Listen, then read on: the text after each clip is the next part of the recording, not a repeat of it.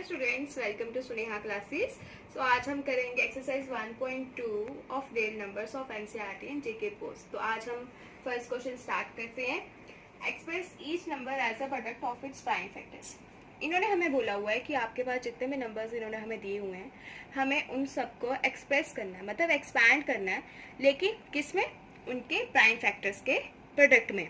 तो चलिए स्टार्ट करते हैं फर्स्ट पार्ट हमें दिया हुआ है 140। तो ये सॉल्व करने के लिए हम यूज करेंगे प्राइम फैक्टराइजेशन मेथड।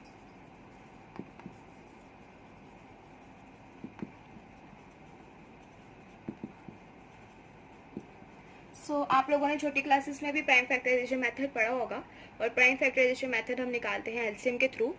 तो हम इनका क्या निकालेंगे? एलसीएम। लेकिन एलसीएम निकालते टाइम सबसे इंपॉर्टेंट बात आपको ये याद रखनी होती है कि एलसीएम जो है वो हमेशा छोटी टर्म से शुरू होता है। अब देखिए, जैसे 140 है, ये तो 7 के टेबल में भी आता होगा, लेकिन 2 के टेबल में भी कुछ बच्चे क्या करते हैं, सीधे 7 से शुरू कर देते हैं, तो वो उनका गलत होगा। अगर आप छोटे टर्म से करोगे स्टेप बाय स्टेप, तो वही आपका एलसीएम निकालने का बिल्कुल सही तरीका होता है। तो देखिए 140 है, 0 को हम ऐसे साथ साथ लेके चलेंगे। 2 के टेबल में 14 आता है 7 से, तो 0 का हम 0 ही लिखेंगे। अब देखिए, जिसके पीछे 0 होता है तो मतलब वो 2 के टेबल से जाएगा, क्योंकि 2 5 10 होता है, तो 10 में भी पीछे 0 आता है। तो 70 कैसे निकलेंगे? 7 से छोटी टर्म होती है 6, वो जाती है 3 से। 2 3 जा 6, 7 में से 6 के आगे 1 बन गया 10, 2 5 जा 10। अब देखो, जो ये टर्म है ये 2 से नहीं जाएगी, क्यों? क्योंकि इसके पीछे 5 आ जाएगा। 3 से भी नहीं जाएगी, 4 से भी नहीं जाएगी, अब ये जाएगी सीधे 5 से। 5 7 जा 35 और 7 1 जा 7। तो अब हमें इनके product of its prime factors लिखने हैं। तो 140 के प्राइम फैक्टर्स क्या हुए? 2 मल्टीप्लाई 2 मल्टीप्लाई 5 मल्टीप्लाई 7 मल्टीप्लाई 1 आपकी खुद की मर्जी। अगर आप लिखना चाहो तो लिख सकते हो, अगर आप नहीं लिखना चाहो तो नहीं लिख सकते हो। अब 2 यहाँ पर कितनी बार आया है? 2 बार, तो इसकी पावर हम 2 कर देंगे। ठीक है, तो ये हो गया हमारा फर्स्ट पार्ट। अब कंटिन्यू करते हैं सेकंड पार्ट।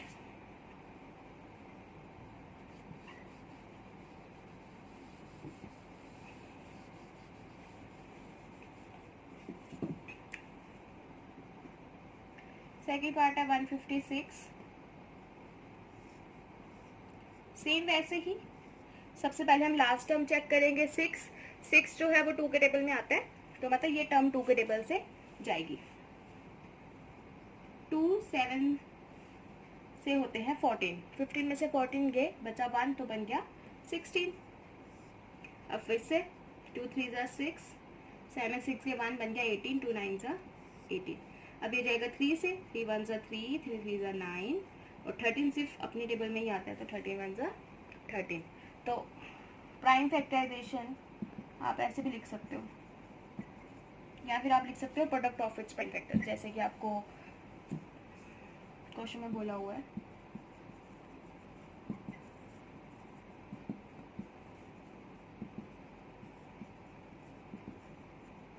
क्या क्या आ गया वो? 2 मल्टीप्लाई 2 मल्टीप्लाई 3 मल्टीप्लाई 13 मल्टीप्लाई 1। तो यहाँ पर भी 2 की पावर कितनी है? 2 है, तो 2 की पावर 2।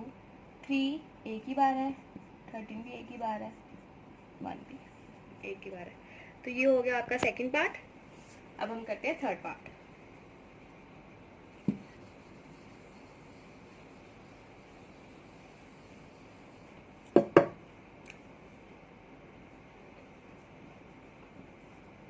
अगर आप स्टेप बाय स्टेप करोगे तो आपको बहुत इजी लगेगा।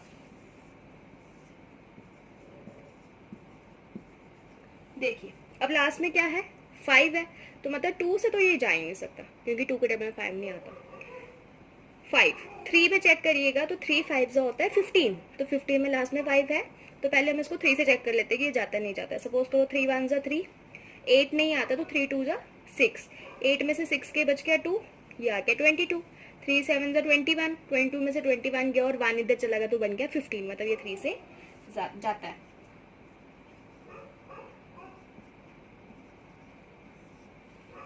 अब इसको फिर चेक कर लीजिए।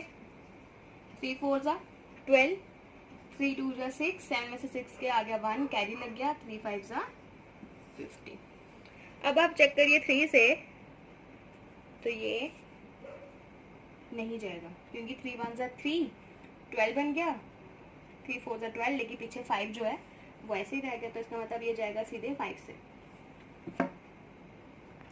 तो 5 8 जा 40, 2 वहाँ चला गया, 5 5 जा 45, फिर जाएगा 5 1 जा 5, 3 आ गया, 5 7 जा 13, 35, और अब 17 जो है वो सिर्फ अपने टेबल में ही आता है।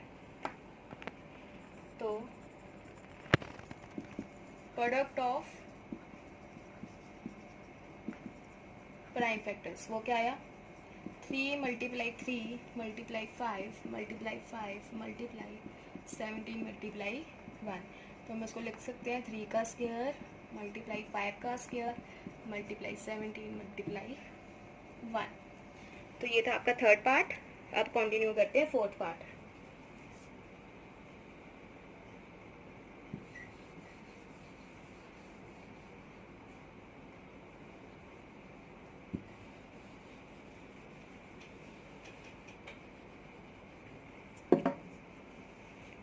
फोर्थ पार्ट है 5005।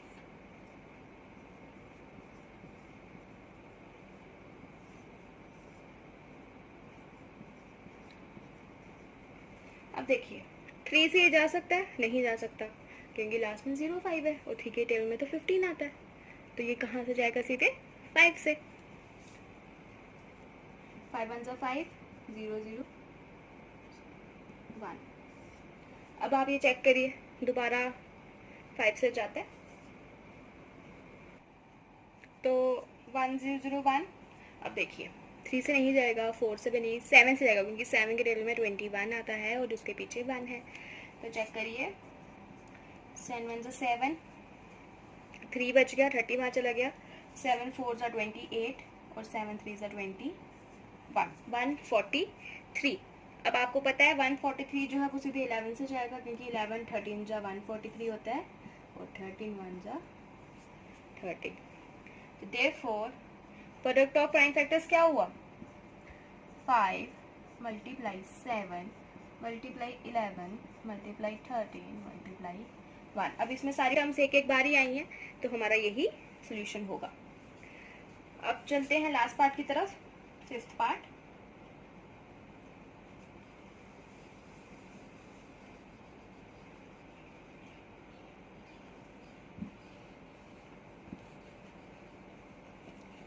फिफ्थ पार्ट है 7429।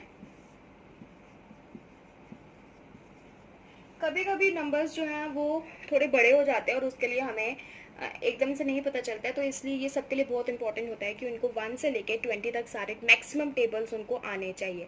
कोई ये नहीं कहता कि आप 30 तक करो, 40 तक करो, लेकिन एटलीस्ट आपको 20 तक आने चाहिए ताकि आपकी जो मल्टीप्लिकेशन है वो ईजी हो जाए। आपको साइड पे मल्टीप्लाई करके नहीं देखना पड़े कि ये आता है, या डिवाइड करके नहीं देखना पड़े।